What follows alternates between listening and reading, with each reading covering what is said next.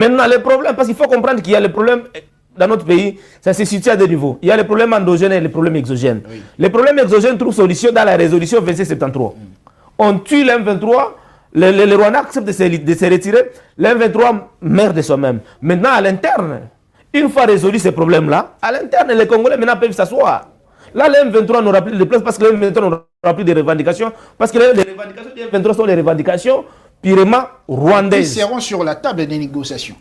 C'est la table de négociation. En fait, il faut comprendre, nous avons les problèmes à l'interne. À l'interne, exactement. Nous avions décrié les élections de 2023. La mauvaise ça continue toujours. Mais oui. Comment ça? Si nous vivons les problèmes aujourd'hui dans notre pays, l'Assemblée nationale est devenue inefficace, c'est lié aux élections bâclées. Comment ça, de 2023. Mon cher, nulle part au monde, les élections ne s'est jamais organisées pendant 7 jours. Nulle part au monde, les candidats n'ont jamais détenu le machine à voter dans leur maison. Ouais. Ce sont des irrégularités. Vous n'avez pas apporté de preuves à la justice. Non. Au niveau de la Cour constitutionnelle, il y a eu des procès. Ça a été dérouté. Il y a eu des procès. Ça veut dire que les problèmes de légitimité, il ne faut pas négliger ça dans un pays. Et ces élections-là ont posé ces problèmes-là de légitimité.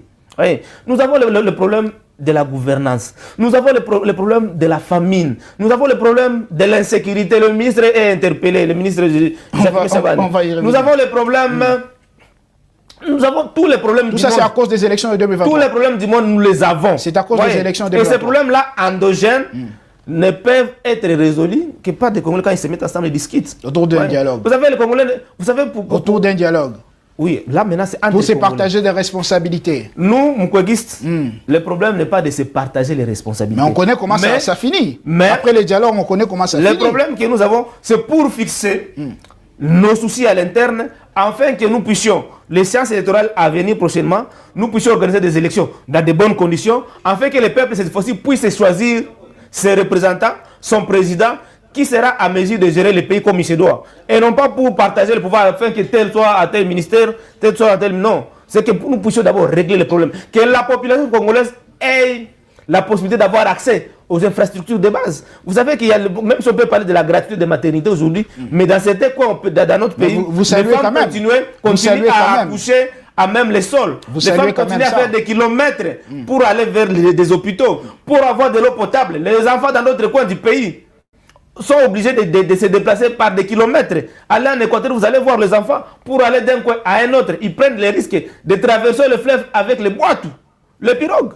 Ce sont des réalités que nous sommes en train de vivre dans notre pays. Et vous pensez, allez dans des écoles de gratuité, vous allez voir que dans des écoles, dans des classes, il y a 60-80 élèves. Et à Tous ces sont des problèmes qu'on doit étudier. Et à travers un dialogue, vous pensez que ça... Tout ce que vous venez de décrire, tout ce que vous venez de peindre comme tableau, ça sera directement un clin d'œil. Ça veut dire que tout Congolais qui a une revendication, il vient le mettre sur la table et ensemble à l'unisson, on réfléchit. Mais que faites-vous des institutions? Il y a des institutions qui marchent normalement. Pourquoi vous parlez de la clause de légitimité alors qu'il y a des institutions qui marchent normalement?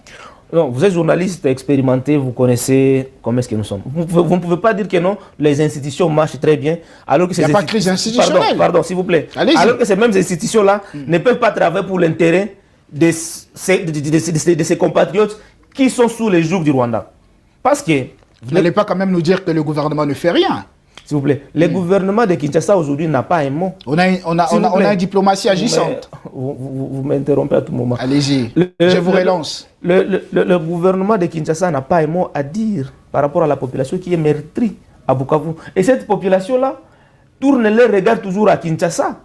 Parce qu'ils savent que c'est Kinshasa où il y a des institutions, où il y a des personnes qui ont voté et qui sont censées trouver solution à leurs problèmes. C'est le chef de l'État qui a prêté serment sous fond de l'article 74 de la Constitution, de sécuriser la population, n'est-ce pas? De protéger nos frontières. C'est ici où cette population-là tourne son regard. Ouais. Mais ici, Kinshasa ne peut pas intervenir par rapport à cette population-là. Et ça, c'est un problème. Donc, on peut bien dire que les institutions fonctionnent bien, mais qui n'est pas à mesure d'assister sa population qui est en souffrance. Parce qu'il ne faut pas l'oublier. La population de Bukavu, la population de Goma, la population de Walungu, la population de Kaziba, ils souffrent comme vous n'avez pas idée. Ils manquent de tout. Ils n'ont pas le médicament. Il n'y a pas moyen que les aides même humanitaires puissent arriver. Ils n'ont pas à manger, ils n'ont pas de l'eau potable. Les enfants ne vont pas à l'école dans tous ces coins-là. Monsieur Marius, mais par manque de moyens. Reconnaissez quand même que le gouvernement est en train d'abattre un travail pour l'amélioration de la situation sociale de la population. Vous ne pouvez pas nous dire que quand vous dites l'amélioration de la situation sociale de la population, mais monsieur les journalistes, vous vivez à Kinshasa, il faut parler de Kinshasa. Vous vivez à Kinshasa. Nous avions largement perdu notre pouvoir d'achat. Moi, je suis parent. À l'époque, pour acheter une boîte de lait, si j'avais un billet de 10 $, je pouvais donner les 10 $ là, n'est-ce pas? Et on me donne la boîte. On dit que la crise est mondiale. La boîte de lait, et on me restitue au moins 8 000 francs.